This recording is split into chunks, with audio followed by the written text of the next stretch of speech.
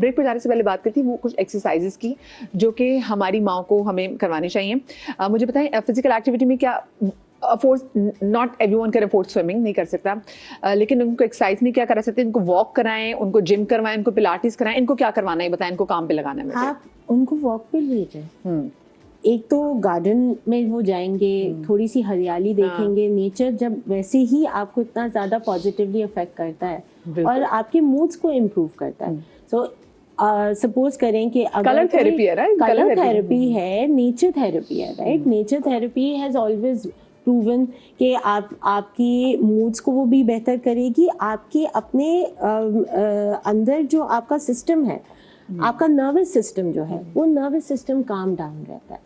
और आइडिया यही होता है कि जब माएँ अपनी एक स्टेज से गुजर रही होती हैं, मेनोपॉज से गुजर रही हैं, पेरी मेनोपॉज से गुजर रही हैं, तो सबसे ज़्यादा आपका नर्वस सिस्टम अलर्ट पर रहता है।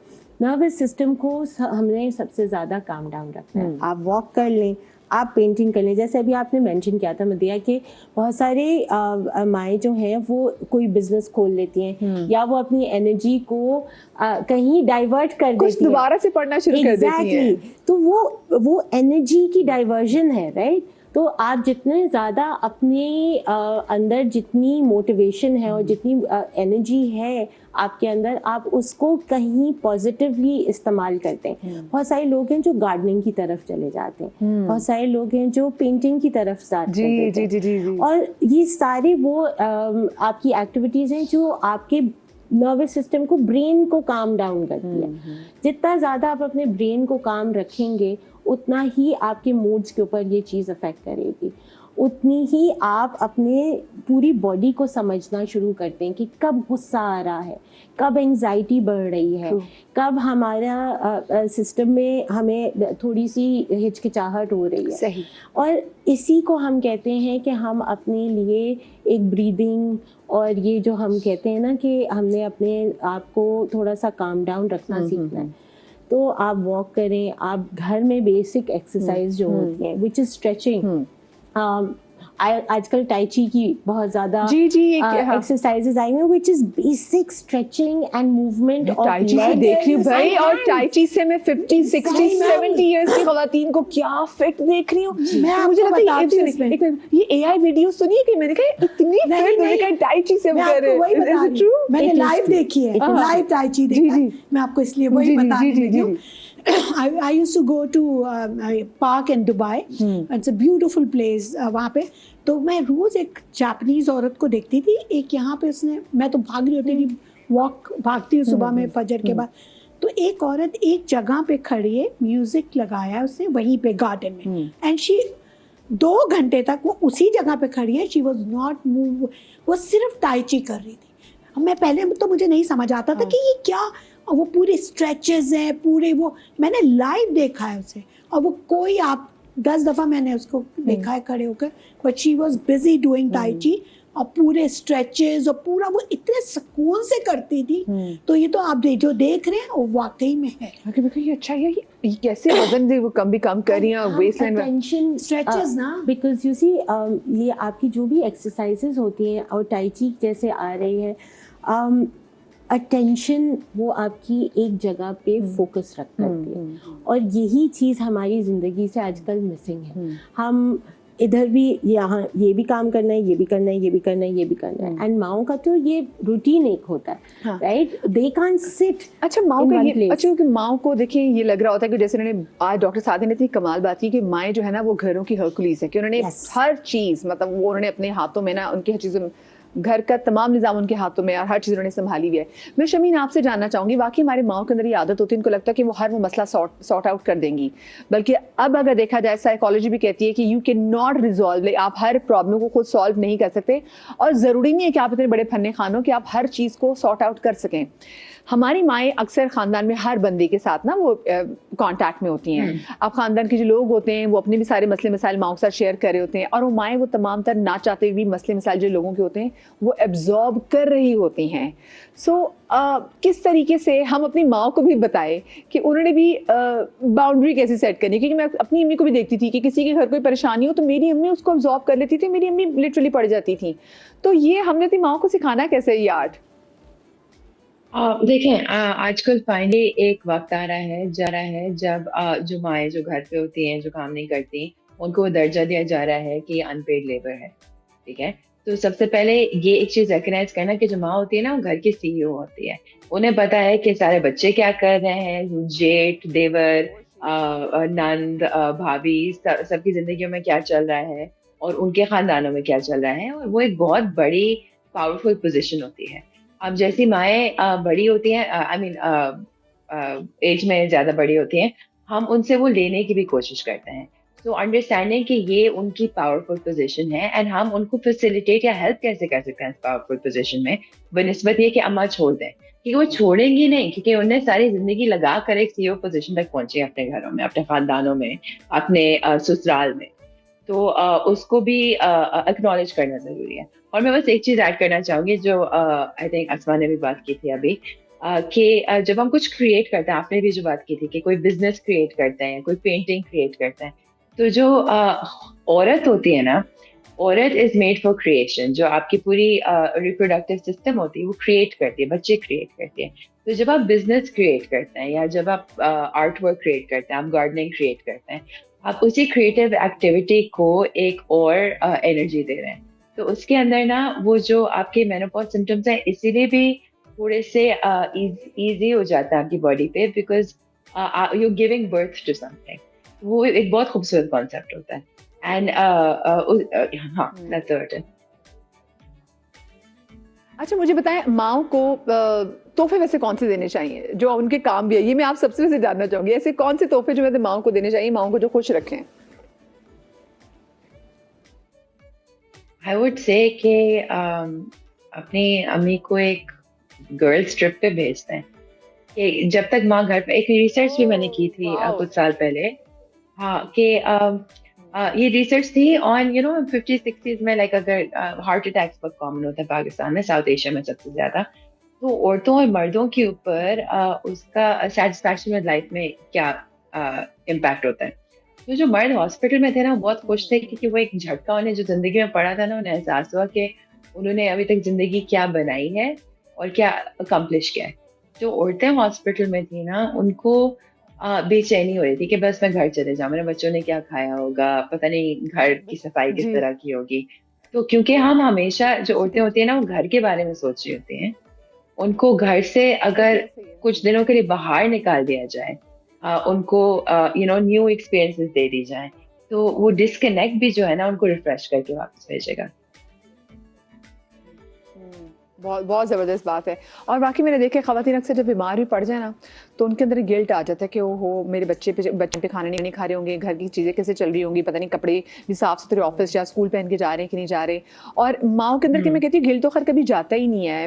मैं बीइंग अ मदर, मुझे होता है कि जब आप दफ्तर आ जाएं, मतलब बाप जो है वो एक महीना वर्क टूर पे हो, उनको कद्दू फर्क नहीं पड़ता, लेकिन अम्मा जो है वो एक दिन अगर ऑफिस में अगर ज्यादा भी काम करके आ जाए ना, तो घर जाकर उनको होगा कि अल्लाह मियाँ, बच्चा भी लेना नाराज, बच्चा भी ऐसी शक्ल बना के आपसे मिलेगा। बच्चे भी बड़े तेज है आजकल की टेढ़े। मुझे बताएं माओ को क्या गिफ्ट करें, और सैलून में ऐसी कौन सी, मुझे बताएं कि अगर हम जैसे मसाज हैं और ऐसी कौन कौन सी नई चीजें आ गई जो कि उनको रिलैक्स कर सकती हैं एंड जो उनको अच्छा फील कराए। गिफ्ट वाउचर्स आप दे सकते हैं, हमारे पास अवेलेबल होते हैं। नहीं, गिफ्ट वाउचर में नहीं, ये माई इनको लेकर आना होता है। हाँ, लेकर जाएं और उन्हें जाके आप पैम्पर, आप उनका बॉडी मसाज है, स्कैल्प, और ये जो आपकी स्ट्रेस की जगह होती है, ये बैक को पूरा, और इसके अगर नहीं भी वो बैठ रही है कि नहीं मुझे नहीं कराना, तो उनका पाँव। How about changing her look, कि आप उनके कमी चले मैं आपके बालों में हाईलाइट करा देती हूं, इम्पोर्टेंट है, वो कि जरा लुक चेंज हो जाए। वो तो ऑफ कोर्स बहुत इम्पोर्टेंट है कि आपको अपनी माँ को भी देख, ये नहीं कि बस नहीं बस सही है मेरा तो टाइम गुजर गया।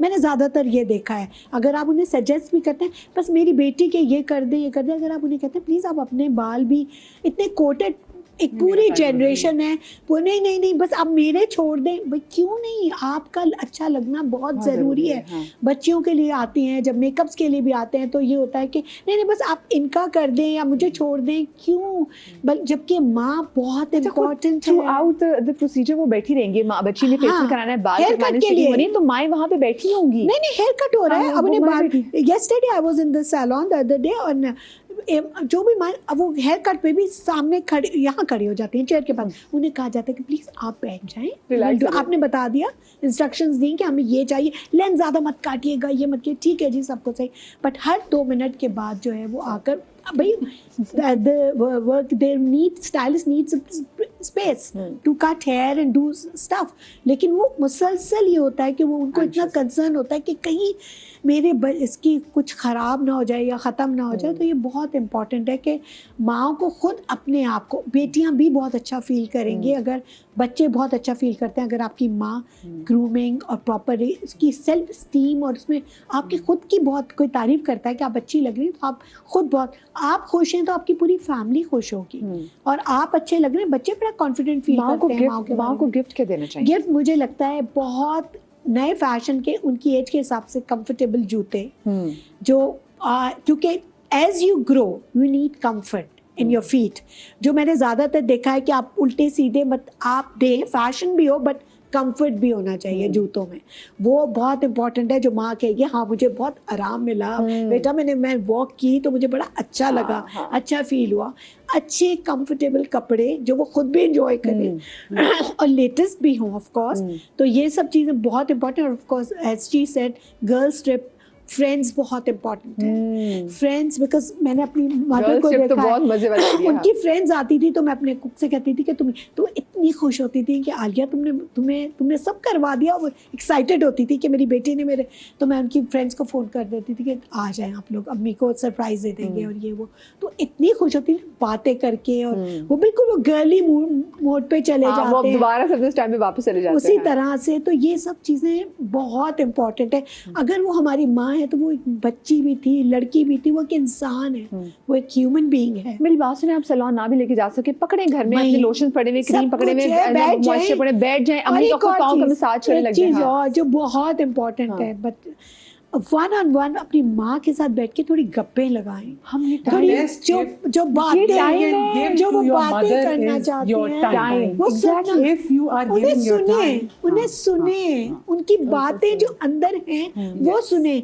जैसे मैंने अभी बहुत सारी चीज़ें हैं, जैसे मैं बोलना चाहती थी, मतलब कि मैंने देखा कि एक मदर जो बच्चे को चाइल्ड बर्थ होती है, तो हम लोग माँ को, आपने बड़ी अच्छी बात शुरू में कही थी कि एक माँ बस बच्चे को देख रहे हैं कि बच्चा कैसा, आंखें बड़ी हैं, छोटी है, वेट कितना है, गोरा है, काला है, बाप पे गया है, किस पे गया है।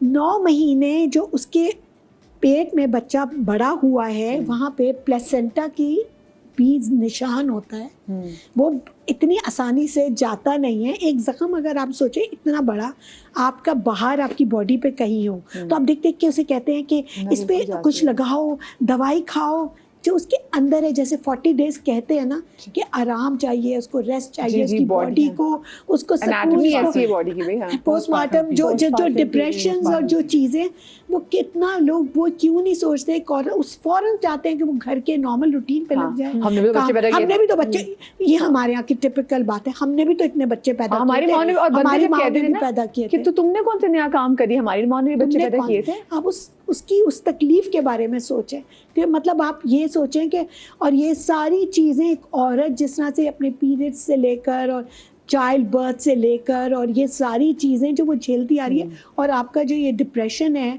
मेनोपॉजल, प्री मेनोपॉजल, ये सारी चीज़ें दे वेरी बैड। इसको हैंडल करना कोई आसान चीज नहीं है। मतलब आप उसको इतना नॉर्मल ले रहे थे क्योंकि आप फिर बात कर रहे हैं हमारी माँ भी तो गुजरी थी, तो तुम ऐसी क्या नई चीज से गुजर रही हो। Hot flashes are so bad. और वो कहते हैं ना, आप इग्नोरेंस इज अ ब्लिस। जब तक आपको किसी चीज का पता नहीं होता ना, तो आप उसकी इतनी परवाह नहीं करोगे, लेकिन जब आपको एग्जैक्टली पता चल जाता है कि what exactly is happening inside you, तो आपको ज़्यादा वो चीज़ जो है फ्रेंच करने अंदर से लग जाती है। तो आई बिलीव ये बड़ा टाइम है कि आपने उनका ख्याल करना है। आप अच्छा, एक तो गर्ल्स ट्रिप की बात मुझे बड़ी अच्छी लगी, अगर हम बहुत अच्छी दोस्त हैं। डॉक्टर साहब आप क्या, जब आप ऑफ कोर्स देखें, जब कोई भी जनरल फिजिशियन के पास जाता है ना, तो वो जो चीज़ें नहीं भी होती ना बताने वाली, ठीक है, दुखते हुए बॉडी की, दिमाग की बता देंगी कि अच्छा ये बात हुई थी, मैं स्ट्रेस में इसलिए थी, मेरी मियाँ से मेरी बात होगी, मेरे घर का माहौल ऐसा है, मेरी सास ऐसी है, ठीक है, उन सबको देखते हुए वो नहीं होते। देखिए द बेस्ट की, जैसे मैंने कहा, you can gift your mother is your time. और बेटी के साथ जो माँ का कनेक्शन होता है वो बड़ा डिफरेंट होता है, ठीक है, और वो बड़े डिफरेंट लेवल का होता है। Once you are sit with your mother, तो आपको बहुत सारी बातें, उनकी जिंदगी के एक्सपीरियंस, उनके प्रॉब्लम, उनके ट्रॉमास आपको पता चल रहे होते हैं। और इट्स नॉट जस्ट बेटी, मैं ये बेटों से भी कहूँगी कि प्लीज अपनी मदर्स को टाइम दें, even if you are travelling, कहीं काम करें, प्लीज हफ्ते में एक दिन जरूर निकालें, अपनी माँ के साथ बैठें, अपने बाप के साथ बैठें, और उसके अलावा उनकी हेल्थ कंडीशंस को इग्नोर ना करें। देखिए हर एज की अपनी अपनी हेल्थ कंडीशन। हमारी फैमिली डायनामिक्स कैसी होगी, मत किया कि हम ये कह रहे हैं कि आप हफ्ते में एक दिन निकालें, हम मतलब ये टाइम कह रहे हैं, बहुत मुश्किल होता है। क्योंकि देखिए हम अब ये बंदों से शिकायत जरूर करें कि हमारे जो मर्द हैं, हमने अपने बेटों को सिखाया नहीं, वो इमोशनल अनअवेलेबल उनकी पर्सनालिटीज हैं कि वो नहीं होते। आजकल के बच्चे भी अगर देखा जाए तो माओ के लिए वैसे ही है कि they are very emotionally unavailable, कि वो अपनी चीजों में इतना मस्त हैं कि वो देख नहीं रहे कि वो जो माँ है, क्योंकि जैसे वो पहली बात भी की ना कि जब बच्चे अपने घरोंदों से निकल के चले जाते हैं, माँ को नहीं पता होता, क्योंकि सारी उम्र तो वो एक पौधे को पानी दे दिया, वो पौधा जब वो दरख्त बन गया, तो उसके बाद जब उसको आपने उठा के साइड पे कर दिया तो उसने खुद को तो कभी पानी नहीं। एक दिन निकालने का मकसद ये कि no mobiles, no commitments, no I mean outside distractions, you are sitting with your mother and you are talking to. अब उसमें वो बहुत सारी बातें ओपन अप करेंगी, आपको उनसे बात करके लगेगा कि उनके अंदर ट्रॉमा क्या है, ठीक है, और उसमें आपको कोसने में सुन ले। हाँ, और दूसरी बात, नहीं, मदर्स बहुत सिंपल होती हैं, बड़ी लविंग होती हैं, वो अपने अंदर के ट्रॉमास कभी अपनी औलाद को खुल के नहीं बताती, लेकिन आप उनकी देखिए एक एक्सटर्नल जजमेंट भी तो होती है ना। आपकी माँ उठते हुए आय कर रही है तो खुदारा उनके घुटनों को चेक करवा ली, आपकी मदर अपनी कमर को लेके पकड़ी। और सबसे इम्पोर्टेंट मैं आपकी इस प्रोग्राम में ये बताऊँ, प्लीज़, एक एज होती है जिसमें कैंसर स्क्रीनिंग होती है, हर एज की कैंसर स्क्रीनिंग है। 35 के बाद ब्रेस्ट कैंसर की स्क्रीनिंग ज़रूर करवाएं, सर्वाइकल कैंसर की स्क्रीनिंग ज़रूर करवाएं।